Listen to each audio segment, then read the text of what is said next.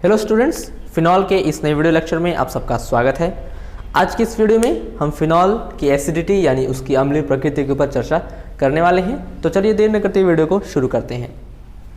तो ऐसा कोई यौगिक जो H+ आयन देता हो, फॉर एग्जांपल जैसे HCl हमने ले लिया, ये हमें क्या देता है, यहाँ से अगर इसका विघटन करते हैं तो H+ और Cl- मिलेगा। यानी एक ऐसा यौगिक है जो H+ आयन दे रहा है। तो ऐसे यौगिक जो H+ आयन देते हैं उन्हें हम लोग क्या कहते हैं, उन्हें अम्ल कहते हैं। जैसे एक और एग्जांपल ले लें, H2SO4 का भी विघटन करेंगे तो यहाँ से H+ और HSO4 क्या मिलेगा, माइनस। यानी कहने का मतलब कि H2SO4 भी क्या है, एक अम्ल ही है। तो यही केस अब हम लोग फिनॉल के साथ भी करके देखें, यही कंडीशन फिनॉल के साथ भी लगाते हैं। तो यहाँ पर देखते हैं कि फिनॉल भी क्या देता है, फिनॉल से भी हमें क्या मिलेगा, H+ आयन मिलता है। फिनॉल भी H+ आयन देगा, फिनॉल भी H+ आयन देता है, यानी कि ये भी क्या है, ये भी अम्लीय है। तो फिनॉल भी क्या है, थोड़ा सा अम्लीय होता है। अब अगर बात करें फिनॉल की और अल्कोहल की, जैसे आपको सिलेबस में आपको पढ़ना है कि फिनॉल और अल्कोहल में कौन ज़्यादा एसिडिक है और कौन कम एसिडिक है। जैसे यहाँ पर कहा जाए कि फिनॉल है और मिथिल अल्कोहल, दोनों में कौन लेस एसिडिक है, कौन मोर एसिडिक, किसकी अम्लता ज़्यादा है, किसकी अम्लता कम है। तो यहाँ पर जो हमारा फिनॉल है ये अधिक अम्लीय होता है, किसकी तुलना में, अल्कोहल की तुलना में। तो चलिए अब इसकी डिटेल में स्टडी करते हैं। फिनॉल और अल्कोहल, फिनॉल और अल्कोहल में देख रहे हैं कि अगर इसको हम लोग इसका विघटन करते हैं तो यहाँ पर भी हमको क्या मिलेगा, H+ आयन मिलेगा, H+ आयन मिलेगा। और इसका विघटन करते हैं तो यहाँ से भी क्या मिलेगा, H+ आयन ही मिलेगा। तो अब कैसे पता लगाएं कि कौन ज़्यादा एसिडिक है और कौन कम एसिडिक है, कौन ज़्यादा अम्लीय है, कौन कम अम्लीय है। तो इसके लिए हम देखते हैं कि कौन सा ऐसा यौगिक है जिसमें H+ आयन अधिक समय तक बाहर रहता है, H+ आयन अधिक समय तक बाहर रहता है। दोनों में से किस में जो है H+ आयन अधिक समय तक बाहर रहता है, वही क्या होगा, मोर एसिडिक होगा। तो अगर हम बात करें अल्कोहल की जैसे बात करें CH3O- की और H+ की, तो इसमें से H+ तो हमने बाहर निकाल दिया, लेकिन क्या ये H+ अधिक समय तक बाहर रहेगा, मतलब ये O के ऊपर नेगेटिव चार्ज है तो तुरंत H+ को बुला लेगा क्योंकि स्टेबल तो है नहीं। और यहाँ पर ये देखने जो CH3 है, CH3 क्या होता है, CH3 एक इलेक्ट्रॉन विड्रॉइंग ग्रुप होता है, मतलब इलेक्ट्रॉन डोनेटिंग ग्रुप होता है। ये हमेशा इलेक्ट्रॉन को क्या करता है, इलेक्ट्रॉन को डोनेट करता है, मतलब ये O- को क्या करे, इलेक्ट्रॉन देगा। तो जब यहाँ पर इलेक्ट्रॉन देगा तो इसकी डेंसिटी और ज़्यादा हो जाएगी, यहाँ पर इलेक्ट्रॉन की मतलब संख्या जो है कह लें, यहाँ पर इलेक्ट्रॉन अधिक हो जाएगा। जब इलेक्ट्रॉन अधिक हो जाएगा तो H+ को जल्दी बुलाएगा, यानी यहाँ पर अम्लता क्या होगी, इसकी कम होगी, इसकी अम्लता या एसिडिटी इसकी क्या होगी, कम होगी। ठीक है। और अगर बात करें फिनॉल में अगर यही चीज़ बात करते हैं तो यहाँ पर हम देखते हैं कि O- मिल गया हमको और H+ मिल गया। तो ये जो O- होता है, ये O- जो है फिनॉल के केस में ये इलेक्ट्रॉन यहाँ शिफ्ट होता है। ठीक है, यहाँ शिफ्ट होगा तो ये डबल बॉन्ड हो जाता है यहाँ पर, तो इसका एक बनता है रिजोनेटिंग स्ट्रक्चर। कहने का मतलब कि यहाँ पर जो इलेक्ट्रॉन है वो ज़्यादा समय तक स्टेबल नहीं रह पाता, ये तुरंत H+ को बुला लेता है, इसलिए इसकी अम्लता कम होती है। इस केस में क्या होता है, H+ बाहर है, अब ये इलेक्ट्रॉन यहाँ पर पूरे स्ट्रक्चर में, पूरे रिंग में घूमता रहता है, यानी कुछ समय के लिए स्टेबल होता है। ये इसके कंपेयर में इसकी स्टेबिलिटी अधिक होती है, मतलब ये बिना H+ आयन के भी स्टेबल रह सकता है। तो जब ये बिना H+ आयन के स्टेबल रह सकता है तो उसकी अम्लता क्या होगी, इससे ज़्यादा होगी, और यही रिजोनेटिंग स्ट्रक्चर ये बताता है। तो यहाँ से देखें तो ये जो O- है, ये इलेक्ट्रॉन यहाँ शिफ्ट होता है और ये डबल बॉन्ड यहाँ पे आ जाता है, तो एक नया रिजोनेटिंग स्ट्रक्चर बनता है। यानी यहाँ पर हो जाएगा डबल बॉन्ड O और इसके पॉजिटिव दिखा देंगे क्योंकि इलेक्ट्रॉन तो बाहर निकल गया, पॉजिटिव। और यहाँ से पॉजिटिव नहीं, O डबल बॉन्ड O ही रहेगा।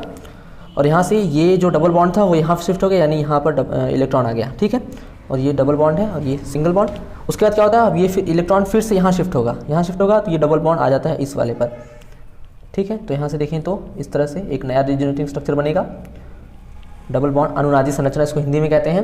डबल बॉन्ड यहाँ पे जाएगा और ये जो इलेक्ट्रॉन था वो इलेक्ट्रॉन यहाँ पहुँच गया इस वाले पोजीशन में, यानी कि पहले वाले केस में जो इलेक्ट्रॉन था वो ऑर्थो पोजीशन पर पहुँचा, दूसरे वाले केस में जो इलेक्ट्रॉन था वो कौन से पोजीशन पर पहुँचा, पैरा पोजीशन पर पहुँचा। और यहाँ पर डबल बॉन्ड पहले से ही है। ठीक है, और थर्ड स्टेप में क्या होगा, अगले स्टेप में ये जो इलेक्ट्रॉन है यहाँ पहुँच जाएगा और ये डबल बॉन्ड इस वाले कार्बन पर शिफ्ट हो जाएगा। तो यहाँ पर बनेगा डबल बॉन्ड O और यहाँ पर जाएगा इलेक्ट्रॉन यानी निगेटिव चार्ज, और यहाँ पर डबल बॉन्ड और यहाँ पर डबल बॉन्ड क्रिएट हो जाएगा। और फिर ये इलेक्ट्रॉन यहाँ शिफ्ट होगा तो ये डबल बॉन्ड वापस इस पर आ जाएगा। यानी इसके कुल कितने अनुनादी संरचना यानी रिजोनेटिंग स्ट्रक्चर बन रहे हैं, डबल बॉन्ड यहाँ पर हो जाएगा, डबल बॉन्ड यहाँ पर, डबल बॉन्ड यहाँ पर, यहाँ पर O माइनस, यानी कि ये जो इलेक्ट्रॉन है इस रिंग में घूमता रहता है, यानी कुछ समय के लिए स्टेबल होता है। जब इससे मतलब एल्कोहल से अधिक समय के लिए ये स्टेबल होता है तो इसकी अम्लता क्या होती है, एल्कोहल की तुलना में इसकी अम्लता अधिक होती है। ठीक है, तो ये हो गई पूरा फिनॉल के अम्लीय प्रकृति की बात। अब थोड़ा कुछ एग्जाम्पल लेकर के इसको अच्छी तरह से समझ लेते हैं।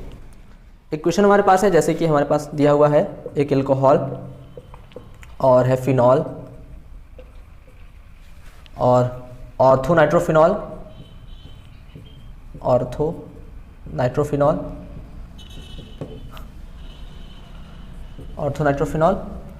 और यहाँ पर है ऑर्थो मेथिल फिनॉल। ठीक है, या 2-मेथिल फिनॉल। तो इसमें हमको पूछा जा रहा है कि इसको जो है अम्लीय प्रकृति के क्रम में लगाइए कि कौन जो है सबसे अधिक अम्लीय है और कौन सबसे कम अम्लीय है।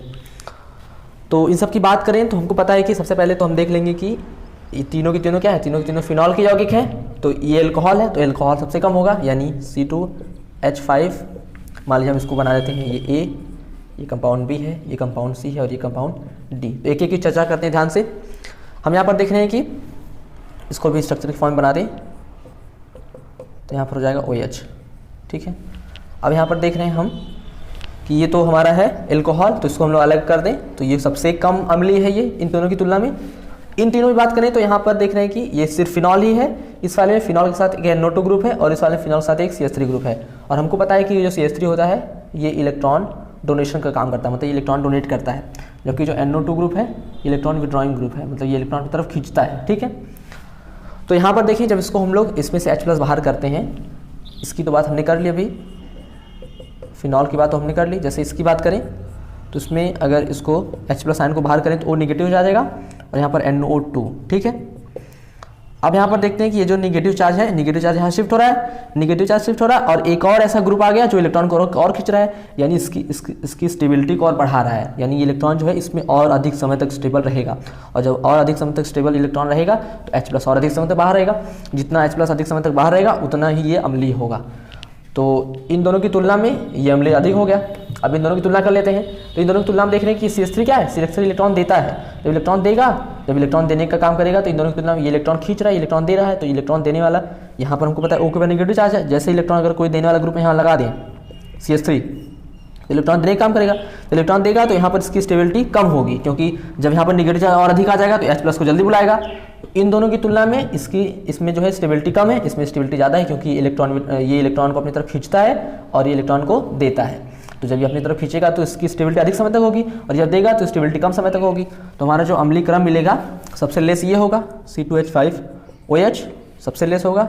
इसके बाद होगा फिनॉल नहीं, ये होगा, क्योंकि फिनॉल में तो कोई ग्रुप है नहीं। जैसे अगर फिनॉल की और इसकी तुलना करें तो इसमें तो एक ग्रुप आ गया तो ये स्टेबिलिटी कम करेगा, जबकि इसमें कोई ग्रुप है नहीं तो इसकी स्टेबिलिटी थोड़ी इससे अधिक होगी। फिनॉल की स्टेबिलिटी इससे थोड़ी सी अधिक होगी, क्योंकि यहाँ पर कोई ग्रुप तो इसमें तो कोई ग्रुप है नहीं, इसमें ग्रुप है। तो यहाँ पर दूसरे पोजीशन पे आ जाएगा हमारा ऑर्थो मेथिल फिनॉल। ठीक है, उससे अधिक अम्लीय होगा फिनॉल, और उससे भी अधिक अम्लीय होगा ऑर्थो नाइट्रोफिनॉल। ठीक है, तो आई होप आपको ये क्वेश्चन अच्छी तरह से क्लियर होगा। ऐसे ही क्वेश्चन आपके बोर्ड एग्जाम में पूछे जाते हैं। तो मिलते हैं नेक्स्ट वीडियो में।